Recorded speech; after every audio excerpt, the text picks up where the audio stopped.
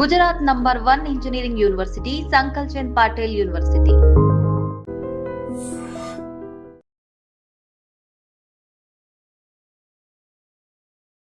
మన ఇంట్లో చాలామంది ఎవరో ఒకరు చాలా లో ఫీల్ అవుతారు. బట్ వాళ్ళకి లో ఫీల్ అయిన ప్రతి ఒక్కరికి సడన్‌గా ఎవరో ఒక అఘోరి మాతనో, ఇంకెవరో వచ్చేసి నయం చేసేస్తారని మనం అనుకోవడం అనేది ఒక మూర్ఖత్వం అని నేను అంటాను. సో, ఇప్పుడున్న సిట్యుయేషన్స్ మనం చూస్తున్నాం. ఎక్కడ చూసినా అఘోరి మాత, తన చుట్టూ ఎంతోమంది అమ్మాయిలు ఒకలాంటి ట్రాప్‌లో పడ్డారనే నాకు అనిపిస్తుంది. మరి ఈ అఘోరి మాత అనేది ఫేక్ అని నేను అంటాను. సో, ఇప్పుడు మన ముందు ప్రదీప్ కరేంగ్ల గారు ఉన్నారు. మీకు ఆల్రెడీ తెలిసిందే, ఇన్‌స్టాలో కూడా ఈజీగా టైప్ చేస్తే దొరుకుతారు. సో, ఏం చెప్తారో చూద్దాం. నమస్తే అండి, ఎలా ఉన్నారు? నమస్తే భవ్య, నేను చాలా బాగున్నా. యాహ్! సో, నేను ఇందాక ఆల్రెడీ చెప్పాను. నాకు ఈ అఘోరి మాత అనేది ఫేక్. ఇదొక పెద్ద ట్రాప్ లాగా సంథింగ్ బిహైండ్ ఏదో ఇంటెన్షన్ తోటి ఈ అఘోరి మాత ఫేమ్ అయ్యి వచ్చింది. బట్ చేసేవన్నీ బయటికి మాత్రము మేడిపండులాగా బయటికి చక్కగా చూపిస్తూ లోపల ఏవో సంథింగ్ ఉన్నాయని నాకు అనిపిస్తుంది. మీరేమంటారు ఈ కేసు గురించి? భవ్య, యాక్చువల్లీ ఇది మన ఇండియాలో జరుగుతుంది కాబట్టి చాలా నార్మల్ కేసు లాగా ఉంది. ఒకవేళ ఇదే కేసు కనుక అబ్రాడ్లో జరుగుంటే, నేను నిజంగా చెప్తున్నా, సైకలాజికల్ టెక్స్ట్ బుక్స్లో కేస్ స్టడీస్ లాగా ప్రింట్ అయ్యే అంత పెద్ద కేసు ఇది. ఓకే. ఎందుకంటే చాలా ఎక్కువ సైకలాజికల్ ఫినామినన్స్ ఉన్నాయి అండ్ చాలా మ్యానిపులేటివ్ బిహేవియర్స్ ఇవన్నీ దాగున్నాయి. సో ఒకసారి అసలు అఘోరి ఎలా ఈ అమ్మాయిని, వర్షిణిని మ్యానిపులేట్ చేసింది అనడానికన్నా ముందు అసలు తనెందుకు అఘోరి అయింది అన్నది సైకలాజికల్ డైమెన్షన్ నుంచి చూస్తే మన కేసు ఇంకెక్కువ అర్థమవుతుంది. సో అలా చూడడానికి ట్రై చేద్దాం. So first of all, Aghori ఎవరు? హిజ్ ఎ శ్రీనివాస్.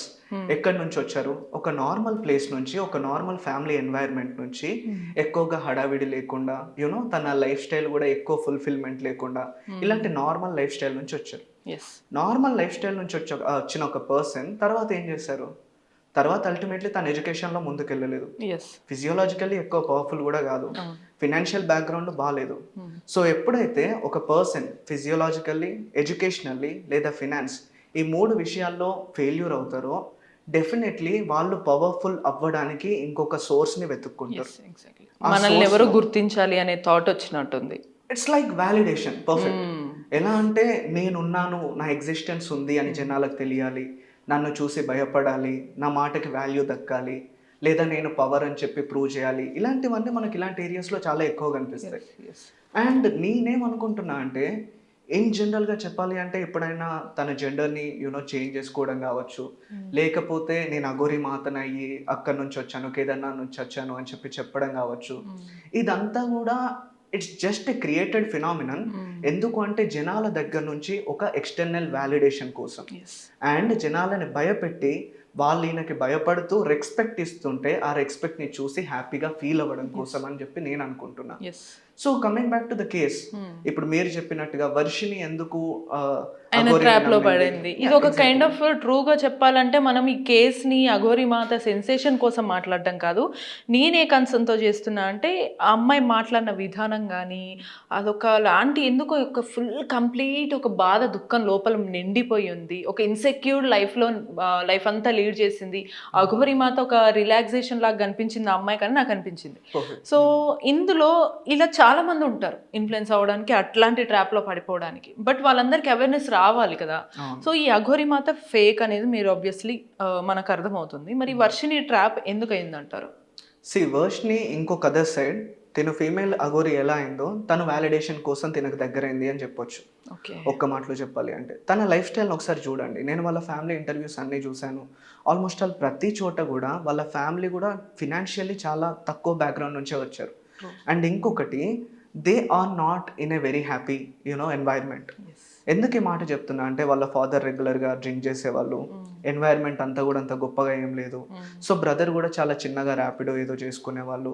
ఇలాంటి ఒక ఎన్వైర్న్మెంట్లో ఉన్న అమ్మాయి వర్షిని. తనకంటూ చాలా పెద్ద డ్రీమ్స్ ఉండొచ్చు, బట్ తనకు కావాల్సిన హ్యాపీనెస్ అక్కడ దక్కనే లేదు. అలాంటి టైం ఫ్రేమ్ కాకుండా ఇంకొక పెద్ద ట్విస్ట్ ఏంటి అంటే, వాళ్ళ ఫ్యామిలీకి ఈ స్పిరిచువాలిటీ అనేది చాలా కాలం నుంచి అసైన్ అయ్యి ఉంది. ఎలా అంటే, ఒక ఇంటర్వ్యూలో వర్షిని వాళ్ళ బ్రదర్ మాట్లాడుతూ, మా నాన్న కూడా ప్రీవియస్లీ ఇలాంటి ఒక ప్రాబ్లమ్నే గో త్రూ అయ్యారు. ఆయన రోడ్ల పైన బట్టలు లేకుండా తిరిగిన టైంలో వేరే ఒక స్వామీజీ కష్టపడి మా నాన్నని బెటర్గా చేశారు అని చెప్పేసి అన్నాడు. సో దీని అర్థం ఏంటి? వీళ్ళు బాబాలని చాలా ముందు నుంచి నమ్ముతున్నారని కదా. సో బాబాలని ముందు నుంచే నమ్ముతున్న ఒక ఫ్యామిలీ నుంచి వచ్చిన అమ్మాయి వర్షిని అని మనం గుర్తుపెట్టుకోవాలి. అంటే తన ఫ్యామిలీ ఎన్వైర్న్మెంట్, ఆ డైనమిక్సే బాబాలని గురువులని నమ్మే డైనమిక్స్ అని. సో ఇట్లాంటి టైం ఫ్రేమ్లో ఈ అఘోరి మాత కూడా రెగ్యులర్గా వాళ్ళ ఇంటికి విజిట్ చేస్తూ ఉంది. 1 వీక్ ఏదో పూజలు ఉన్నాయని చెప్పి వాళ్ళ ఇంట్లోనే ఉంది. జస్ట్ ఇమాజిన్, అఘోరికి కావాల్సింది పవర్. పవర్ కోసం జెండర్ని మార్చుకున్నాడు తప్ప తను ఫీమేల్ అవ్వలేదు. ఈ క్లారిటీ మీరు మిస్ అవ్వకండి.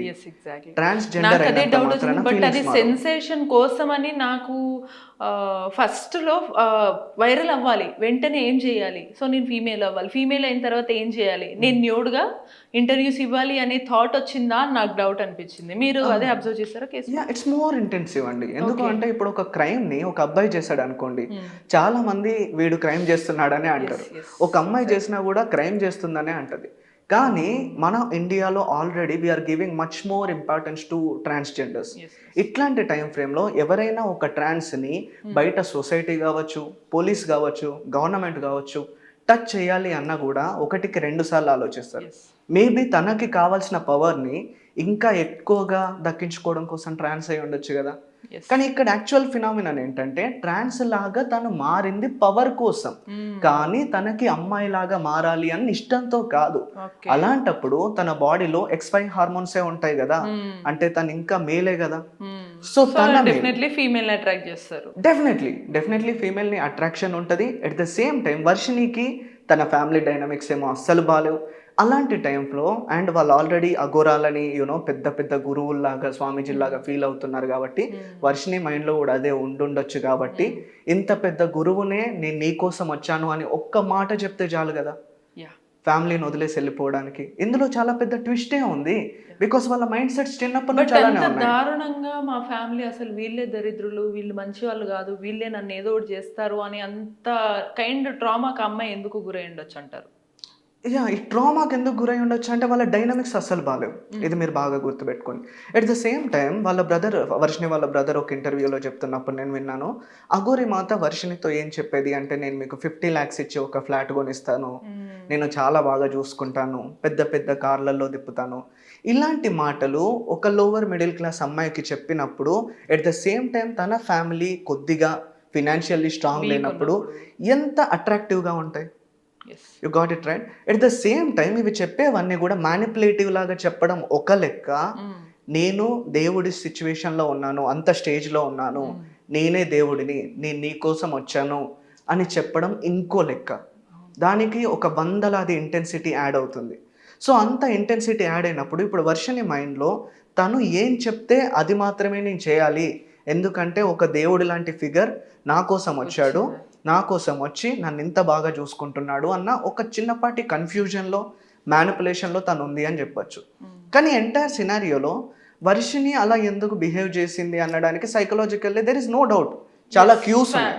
ఫ్యామిలీ బ్యాక్గ్రౌండ్, తనకి కావాల్సిన ఆబ్వియస్లీ ఒక అమ్మాయిగా ఉండే ఫీలింగ్లు కానీ కోరికలు, బేసిక్ థింగ్స్, నీడ్స్ కూడా ఫుల్ఫిల్ అవ్వకపోతే మేబీ జంప్ అయ్యొచ్చు. పర్ఫెక్ట్. కానీ ఇక్కడ ఎవరైనా చాలా పెద్ద క్రైమ్ చేస్తున్నారు అంటే నాకు తెలిసినంత వరకు 110% it is so called Aghori, we call him as Srinivas. ఎందుకు అంటే తను చేసే దాంట్లో మ్యానిపులేషన్ తప్ప నాకు ఎక్కడ భక్తి కనబడట్లేదు, ఎక్కడ ఒక యాక్చువల్ అఘోరి ఎలా బిహేవ్ చేస్తారో వాళ్ళ బిహేవియర్ కూడా కనబడట్లేదు. I can only see power. So అందుకే నేను దీన్ని ఒక పవర్ కంపెన్సేషన్ థియరీ అని పిలుస్తాను. ఇక్కడ ఇంకొక డౌట్ ఏంటంటే, చాలా మంది అసలు ఈ ఫేక్ అని తిడుతున్నారు పబ్లిక్ అప్పటికి, బట్ స్టిల్ ట్రెండింగ్ లో ఉంటున్నారు వాళ్ళు. అదే వాళ్ళకి కూడా కావాలి కావచ్చు. ఇక్కడ వర్షిని ట్రాప్ అవడానికి ఒక పర్పస్ ఉంది. ఇక్కడ సైకలాజికల్ ఫ్యాక్టర్స్ మనం చూసాం, అటు Aghori like alias Srinivas psychological factors మనం చూసాం.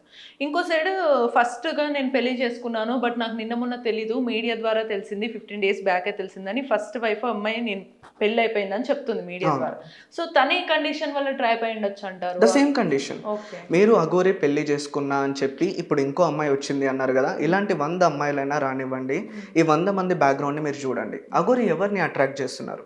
రిచ్ పీపుల్ని ఎప్పుడు కూడా తను టార్గెట్ చేయట్లేదు, లేదా ఫినాన్షియల్లీ స్టేబుల్ ఉన్నవాళ్ళు, ఎడ్యుకేషనల్లీ చాలా బెటర్గా ఉన్నవాళ్ళు, మిరాకిల్స్ చేసేవాళ్ళు, మంచి ఫ్యామిలీ బ్యాక్గ్రౌండ్లో ఉన్న వాళ్ళని తను అసలు టార్గెటే చేయట్లేదు. తన టార్గెట్లో గురైన అమ్మాయిలందరినీ చూడండి, ఫినాన్షియల్లీ వీక్, ఎడ్యుకేషన్ బీటెక్ చదువుంటారు, but they are not knowledgeable. చాలా తక్కువ మైండ్ సెట్ తో పాపం చిన్న చిన్న వరల్డ్ లో చిన్న చిన్న మెంటల్ ప్రపంచంలో కండిషన్ అనేది అంత కొంచెం ఐక్యూ లెవెల్ ఎక్కువ లేకుండా అండ్ వాళ్ళందరూ కూడా ఈ బాబాల బ్యాక్గ్రౌండ్ తోనే ఉన్న వాళ్ళు ఎక్కువ మంది ఉంటారు. సో ఇలాంటి బ్యాక్గ్రౌండ్ ని తను ఎందుకు టార్గెట్ చేస్తున్నాడంటే టు గెట్ దట్ వ్యాలిడేషన్. నా కోసం ఒక అమ్మాయి పడి చచ్చిపోతుంది ఈవెన్ దో నేను ఒక ట్రాన్స్జెండర్ అయినా. ఎందుకు ఇలాంటి ఫీలింగ్స్ ఏం చేసుకుంటాడు? చాలా మంది నన్ను అడిగారు like what he will do. తను ఇప్పుడు మెన్నే కాదు కదా, లైక్ మేల్ హార్మోన్సే లేవు. సో అలాంటప్పుడు తనేం చేసుకుంటాడు అని చెప్పి చాలా మంది అడిగారు. It is alteration. బ్రెయిన్లో రియాలిటీ అలానే ఉంది, బాడీ మాత్రమే మాడిఫై అయ్యింది. సో ఆయన బ్రెయిన్లో ఫీమేల్ పైన ఒకప్పుడు ఎలాంటి ఫీలింగ్స్ ఉన్నాయో, ఎలాంటి మాడ్యులేషన్ ఉందో, same kind of feelings are still in existence. So దీన్ని బట్టి నాకు అర్థమైంది ఏంటంటే ఇన్ జనరల్ ఆబ్వియస్లీ మనకు తెలుసు రియల్ అఘోరీస్ అయితే అసలు బయటికి ఈ ప్రపంచాన్ని ఇష్టపడరు, కోరుకోరు కాబట్టే వాళ్ళు ఎక్కడో ఉంటారు. సో ఇక్కడికి వచ్చి ఇంత సీన్ చేస్తున్నారంటే అది రియల్ కాదని మనకు తెలుస్తుంది. వాళ్ళకి ఇన్ జనరల్గా మనుషులకి కావాల్సిన ప్రాపర్ ఎమోషన్ దొరకకపోతే ఇలా అఘోరీలాగా కానీ లేదా ఆ వర్షిణిలాగా ట్రాప్ అయ్యే ఛాన్సెస్ ఉన్నాయంటారు? డెఫినెట్లీ ఉన్నాయి. I mean in some external cases, కొన్ని సీరియస్ కేసెస్లో ఛాన్సెస్ ఉండడం కాదు, ఆల్రెడీ మనకు వీళ్ళు కళ్ళతో కనిపిస్తున్నారు కదా. సో దేర్ ఇస్ ఇంకా ఛాన్సెస్ ఉన్నాయా లేదా అనేది క్వశ్చనే కాదు. ఆల్రెడీ వీళ్ళిద్దరు అఘోరి అయినా వర్షిణి అయినా ఎక్కువగా ఇట్స్ అ కొలాబరేటివ్ అప్రోచ్ అండి. ఎవరిదే మిస్టేక్ కాదు. ఇప్పుడు ఫర్ ఎగ్జాంపుల్ వర్షిణి డైనామిక్స్ నుంచి ఆలోచించినట్టయితే తన ఫ్యామిలీ తనని ఈవెన్ దో ఫినాన్షియల్లీ వీక్ ఉన్నా చిన్నప్పటి నుంచి తనకంటూ ఒక వాల్యూనిచ్చి తన మాటలు వింటూ తనని ప్రేమగా చూసుకున్నట్టయితే తనకి కావాల్సిన ప్రేమ అంతా ఫ్యామిలీ నుంచే దొరికేది. సో ఎవడో గాలి నెల్లేటోడు నేను బాబా అని చెప్పేసి నేను నీకు లవ్ ఇస్తున్నాను అని చెప్తే ఈజీగా మ్యానిపులేట్ అవ్వరు. సో ఇక్కడ ఫ్యామిలీ నుంచి లవ్ రాకపోయేసరికి ఎక్స్టర్నల్ వ్యాలిడేషన్ కోసం నేను ఈ పర్సన్కి సొంతం, నా కోసం ఈ పర్సన్ ఉన్నారు అన్న ఫీలింగ్ కోసం అఘోరికి దగ్గర అయి ఉండొచ్చు. మరో సైడ్ ఇప్పుడు ఒక పర్సన్ ఎడ్యుకేషన్ కానీ ఫినాన్స్ కానీ స్ట్రాంగ్ ఫిజియోలాజికల్ అపీరియన్స్ కానీ లేకపోయినా కూడా స్టిల్ ఈ ప్రపంచం నా మాట వినాలి, వీళ్ళందరూ నేను చెప్పింది చేయాలి అన్న some kind of narcissistic mentality ఉన్న వాళ్ళలో ఇలా అఘోరిలాగా మారుతారు. సో ఇది ఎవరి మిస్టేక్ వల్ల జరిగింది అని అంటే వర్షిణి లైఫ్ అయితే 110% అఘోరి వల్లనే స్పాయిల్ అవుతున్నట్టుంది. That we can clearly see. కానీ అఘోరి తనకి కావాల్సిన కోరికలు, తనకు కావాల్సిన పవర్, లేకపోతే తనకు కావాల్సిన కంట్రోల్ వల్ల తనకి తెలియకుండా తన లైఫ్ని తనే నాశనం చేసుకుంటున్నాడు. ఎందుకు అంటే ఈ విషయం హైలైట్లో మహా అంటే ఇంకో 1 year ఉండొచ్చు. అది ది వర్స్ట్ కేసులో, వర్స్ట్ సినారియోస్లో 1 year తర్వాత అఘోరిని చూసినా ఎవరు తన దగ్గరికి వెళ్ళరు. సో ఒక 1 year హ్యాపీనెస్ కోసం లైఫ్ని త్యాగం చేసుకోవడం ఎంతవరకు కరెక్ట్? బట్ వీళ్ళకి ఒకవేళ ఈ సైకాలజిస్టులతోటి థెరపీ ఇవ్వడం కానీ సెషన్స్ ఇచ్చినా లేదా ఏ పర్టికులర్ మూమెంట్లో వీళ్ళ మైండ్ సెట్స్ చేంజ్ అయ్యే అవకాశం ఉంటుంది ఈ కైండ్ ఆఫ్ మైండ్ సెట్స్ ఉన్న వాళ్ళు? డెఫినెట్లీ ఇక్కడ మనము ఓన్లీ సైకాలజిస్ట్ మాత్రమే కాకుండా సైకియాట్రిస్ట్ల నుంచి మెడికేషన్స్ ఇవ్వడం కావచ్చు, లేకపోతే వాళ్ళ బ్రెయిన్లో ఏమేమి body parts like brain parts అనేటివి ఆల్టరేట్ అయినాయి అవన్నీ మనము స్కానింగ్స్లో అలా ఇలా చూడడం కావచ్చు. So many people will involve in these kind of cases like న్యూరాలజిస్టులు కావచ్చు, సైకియాట్రిస్టులు, సైకాలజిస్టులు అందరూ కలిసి definitely we can make them a better person.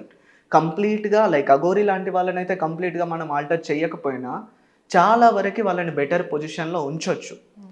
కాకపోతే ఇక్కడ ట్విస్ట్ ఏంటి అంటే ఇఫ్ మనం అనుకున్న విధంగా ఇఫ్ అఘోరి ఒక నార్సిసిస్టిక్ పర్సనాలిటీ మెంటాలిటీ ఉన్న పర్సన్ అయితే వాళ్ళు నేను ఒక సైకలాజికల్ స్టేట్లో ఉన్నాను, నాకు సైకలాజికల్ ప్రాబ్లం ఉంది అని కూడా నమ్మరు. ఇన్ కేస్ మనం చెప్పినా నీకే సైకలాజికల్ ప్రాబ్లం ఉంది, నేనే నిన్ను నయం చేస్తా అని చెప్పేసి అంటారు తప్పించి మన దగ్గరికి రారు. బట్ ఇఫ్ ఇట్ ఆల్ ఒక యాక్సెప్టెన్స్తో వాళ్ళు వస్తే definitely we are here to help them. So probably దీన్ని బట్టి మనకు అర్థమవుతుంది ఏంటంటే ఇంట్లో ఎవరికైనా సరే కొన్నిసార్లు అట్లీస్ట్ కొంచెం మాట్లాడటం, క్లియర్గా కమ్యూనికేట్ చేస్తే ఒకరిలో ఓవర్గా ఇటువంటి డిజైర్స్ అనేవి పెరగకుండా ఉండే ఛాన్సెస్ ఉండొచ్చు కదా. డెఫినెట్లీ ఇంట్లో మనకి ఎలా చూస్తారంటే నా కూతురు పుట్టింది, తనని చదివించాలి, పెద్ద అయింది, పెళ్లి చేయాలి, పంపించాలి అన్నట్టు కాకుండా తనకేం కావాలి, తన లైఫ్ ఎలా నడుస్తుంది, తనకి ఏమేమి కోరికలు ఉన్నాయి, సో తన హార్మోనల్లీ ఎలాంటి చేంజెస్ వస్తున్నాయి, తనకు ఎలాంటి అలవాట్లు ఉన్నాయి, ఇవన్నీ కూడా మనం పక్కాగా మానిటర్ చేస్తూ ఒక ఫ్రెండ్లీ ఎన్వైరన్మెంట్ని క్రియేట్ చేయగలిగితే finance is never A matter. వాళ్ళు మిమ్మల్ని వదిలేసి ఎటు వెళ్ళరు. ఒక ఒక అవుటర్ పర్సన్ కోసం మా పేరెంట్స్ ఇలా చేశారు అలా చేశారు అన్న కంప్లైంట్స్ కూడా ఇవ్వరు. సో ఇది పేరెంటింగ్ మిస్టేకా అని మీరు అడగొచ్చు. Definitely it's a parenting mistake అని చెప్పొచ్చు. సో క్లియర్లీ ఒక పేరెంటింగ్ మిస్టేక్ అవ్వడం, అటు అఘోరి సైడ్ నుంచి కూడా బహుశా మేబీ పేరెంటింగ్ మిస్టేక్ ఉండొచ్చు. లేకపోతే ఒక అఘోరి లాంటి పర్సన్ బయటికి వచ్చి ఇలా ఒక సెన్సేషన్ క్రియేట్ చేసి అమ్మాయిలను ట్రాప్లో వేసుకొని అంత హల్చల్ చేసి అదొక టాపిక్ సబ్జెక్ట్ లాగా అవ్వడం అనేది ఇట్స్ అన్ అనదర్ థింగ్ అనే ప్రాపర్ వేలో వెళ్ళట్లేదు. మన ఎడ్యుకేషన్ సిస్టమ్ అనేది కూడా కాదు, కొన్నిసార్లు పేరెంటింగ్లో కూడా ఎడ్యుకేషన్ ఉంటుంది. సో ఇదందరూ కూడా రిమైండ్ చేసుకొని గుర్తుంచుకొని మన చుట్టూ ఉన్న వాళ్ళతో కొంచెం ప్రేమగా కన్వర్సేషన్ చేస్తే ఇలా ఐదర్ వర్షిని లాంటి వాళ్ళు కానీ అఘోరి లాంటి వాళ్ళు కానీ వచ్చే అవకాశాలు తక్కువగా ఉంటాయి. కంక్లూజన్ మనం యాక్చువల్ మాట్లాడుకోవాలంటే ఇష్యూస్ మనకి సార్ట్అవుట్ చేసుకున్నాం, ఇక్కడ ఎవరు ఏంటి అనేది మనకు తెలిసింది. బట్ రియల్ అఘోరీస్ అండ్ ఈ ఫేక్ పర్టికులర్ అఘోరి మాత అలియాస్ శ్రీనివాస్ ఎవరైతే ఉన్నారో వీళ్ళకి డిఫరెన్స్ ఎలా ఉంటుంది అసలు? అంటే పబ్లిక్ నిజంగా నమ్మాలి అంటే అఘోరి అంటే ఎలా ఉంటాడు అంటే మీరు ఏం చెప్తారు? పబ్లిక్ నిజంగా నమ్మాలి అంటే మీ కళ్ళకి ఎక్కడ పడితే అక్కడ కనబడితే మీరు ఆ పర్సన్ అఘోరి అని చెప్పేసి నమ్మకండి. Because the phenomenon of Aghori is much more intensive అండి. ఎలా అంటే ఈ ప్రపంచంలో ఉన్నవన్నీ కూడా లైక్ ఇవి ఇల్యూషన్స్ లాగా వాళ్ళు భావించి ద అల్టిమేట్ రియాలిటీ శివుడే అని చెప్పి నమ్మి శివుడి కోసం అని చెప్పి జనాలని, వాళ్ళ సెక్సువల్ డిజైర్స్ని, వాళ్ళ ఫిజియోలాజికల్ డిజైర్స్ని, వాళ్ళకున్న అన్ని ఎన్వైర్మెంట్స్ని వదిలేసి కేవలం శివుడి కోసం వెళ్ళి ధ్యానం చేస్తూ ఉన్న వాళ్ళు యాక్చువల్ అఘోరి.